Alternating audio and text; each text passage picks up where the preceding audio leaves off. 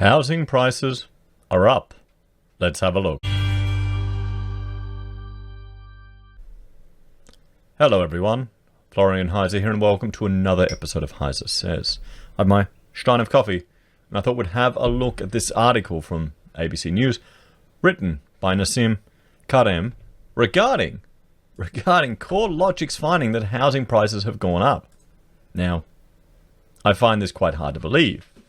I would argue if there is any increase in housing prices, it's not in the standard cookie cutter stuff that most of us all own, but it is in the upper end of the market. What do you think, guys?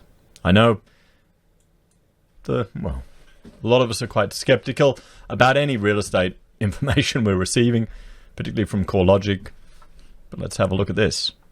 I mean, can you see these places going up? I mean, come on. They're nice, perfectly fine houses. They're all cookie cutters, which is good. I mean, which is all a lot of people need. I know as an architect, I'm meant to be saying, no, everyone needs a super unique house tailored to their individual personality, but no, you don't. No. Maybe you just need it sited correctly, and you can add to it yourself. I think our houses need to be a bit smaller. I think the red tape and burdens that we have in the NCC for housing, a lot of it could be scaled back a little bit. Having your air conditioner plugged into your power system to switch off every time you open a door, not being allowed to open a particular window because a child may occupy the room more than 100 millimeters. Some of these rules are just a bit over the top. But the biggest one, the one that really annoys me, is all the energy ratings and calculations and just utter BS they put in these places, in these houses. Like 6-star housing. It sounds good for the politicians, but when you see how people can fudge the numbers on the calculations, and then it's all dependent. The value of this is all dependent on your own energy usage. So if you're a cheap bastard and just don't put on air conditioning or heating, it's a complete waste of money in many ways. Anyway, let's have a look at this apparent house increase. So despite a sharp drop in market activity and a severe weakening in consumer sentiment, home price rises were recorded across most capital cities during driving national prices up 0.3%. Sorry, I can't formulate that sentence at the moment with what's going on. We've got an economic lockdown and apparently house prices are going up. But the national monthly pace of growth more than halved, dropping from 0.7% in March. So property was going... I mean,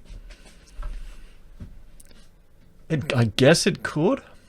I guess it could still be possible because the actual ramifications for the economic lockdown are only slowly starting to be felt.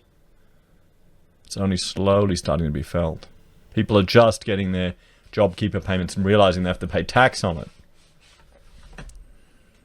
House prices saw their smallest month-on-month gain since June last year, when the national index was down 0.2%.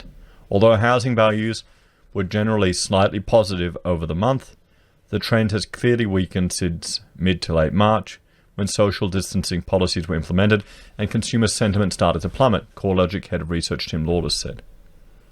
However, while sales prices continue to edge up, the number of homes listings was 35% lower at the end of April, relative to the same period a year ago, and 43% below the 5-year average. So listings are down. Consumer sentiment is down.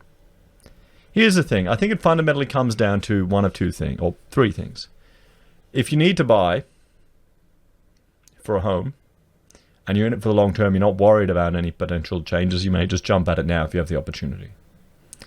If you want to buy, and you anticipate that there's going to be forced sell-offs in the future, you will wait. You'll wait. If people are going to be forced selling, you want to buy, you don't need to buy, you can wait. If you think property always goes up and you're buying into all the FOMO and you're in a good position, you may jump in now. What do you think, guys? What do you think? Industry activity has been hit hard by the drop in active buyers and sellers, as well as policies preventing open homes and on-site auctions. Activities across CoreLogic's PD data platform, where the majority of Australian real estate agents undertake their research to prepare a property for sale, was down by around 60% prior to Easter. Mr. Lawless thinks nationally house prices will fall around 10% from peak to trough, but rental markets will suffer greater falls of 15% or more, he said. So here we go. We're actually starting to see discussion of falls from CoreLogic. Wow. I'm a bit surprised. A significant reduction in housing activity will also have an impact on the banking and finance sector due to reduced mortgage-related activity, less valuation work and conveyancing, he said. There will also be fewer building and pest inspections and a drop in removalist services. So he's starting to articulate just the flow-on effects that this is going to have on the economy. And you've got to remember, guys, we are a very property-addicted civilization. We've got a lot of money invested in property, a lot of money invested in housing. So regional markets outperform cities. The capital city markets generally show a weaker performance relative to the regional markets.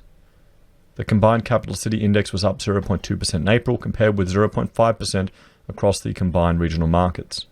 Melbourne was one of the biggest drags on the index, where values fell 0.3% for the month. Sydney values remained positive, but rose just 0.4% over the month. Compare this to 6 months prior to March, when both cities were averaging a monthly growth rate of around 1.1%. There's a few reasons Melbourne and Sydney are moving into negative territory, Mr. Lawless said. In many ways, they were overvalued before moving to this period of disruption. They were overvalued. They were overvalued. Are they changing their tune, everyone? I mean, I don't disagree. I don't disagree here. I'll just bring up property prices. I mean, look at the growth from 2006. So, some of the predictions pundits are making, going, oh, there's a potential 40% fall, 30% fall.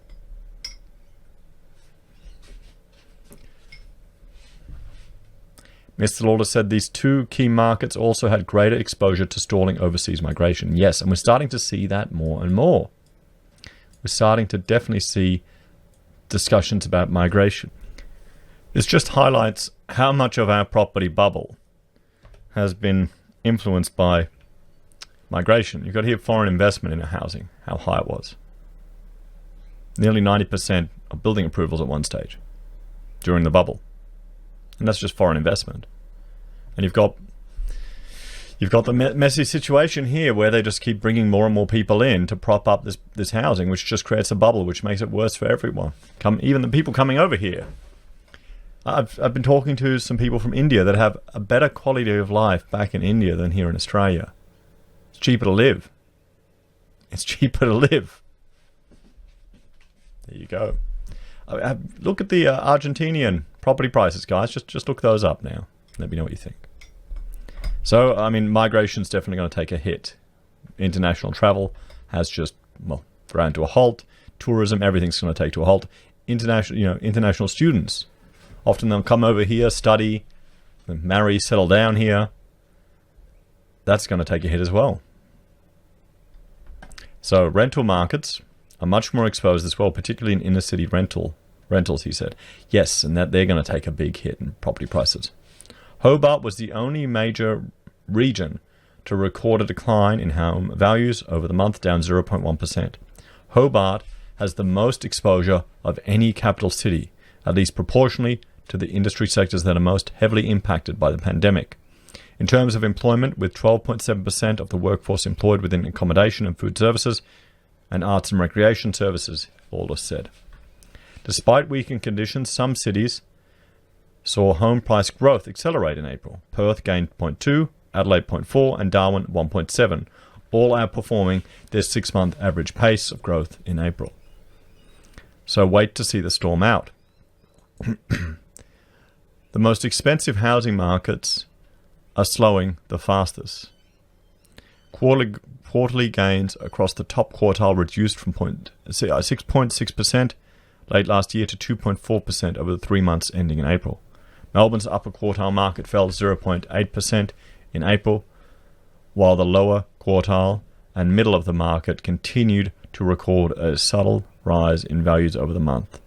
Mr. Lauder said it often took time for house prices to catch up with the financial devastation taking hold in other parts of the economy.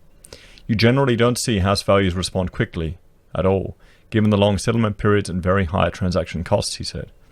My guess is we will probably see homeowners trying to wait to see the storm out. Mr. Lauder said the fact that lenders were giving leniency to distressed borrowers meant the extent of mortgage stress may not show until year's end. And that's the thing, guys. We're not going to see this until year's end. Just see the issues that the banks are having. That's a reflection of the future mortgage stress the rest of the market may have.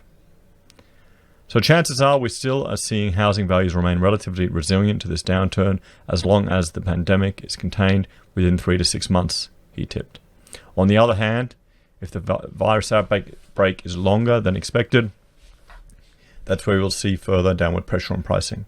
Some economists have predicted a 30% fall in house prices, but Mr. Lauder said that was extreme. Our house view is we probably would see house values fall by more than 10% from peak to trough, he said. The virus curve has been flattened much more quickly and effectively than anyone would have imagined. Well, yes, and other people would have imagined that a 30% fall is extreme, too. We'll have to see, guys. So there you go. House prices are apparently up. What do you think? Do you trust the data from CoreLogic? Or do you think that really people just haven't hit the full impact of what's going? There haven't really been enough forced sales yet. We'll have to see what happens in 3 to 6 months when the JobKeeper ends and the banks stop being friendly to everyone. As always, thank you all for watching. Please like, share, and subscribe to the channel. If you're a fan and you want to support the content, there are a few ways you can. Share the videos, get them out there, help other people know about the channels. You can also support us via Patreon or joining the channel here on YouTube. You can use our affiliate links at Amazon or eBay for your consumer purchases, Independent Reserve and Kucoin for the crypto traders out there. You can buy our merch from the HeiseSays blog, send us gold using Gold Pass, or support us via PayPal. Thanks everyone, have a great day, and I will see you all in the next video. Bye for now.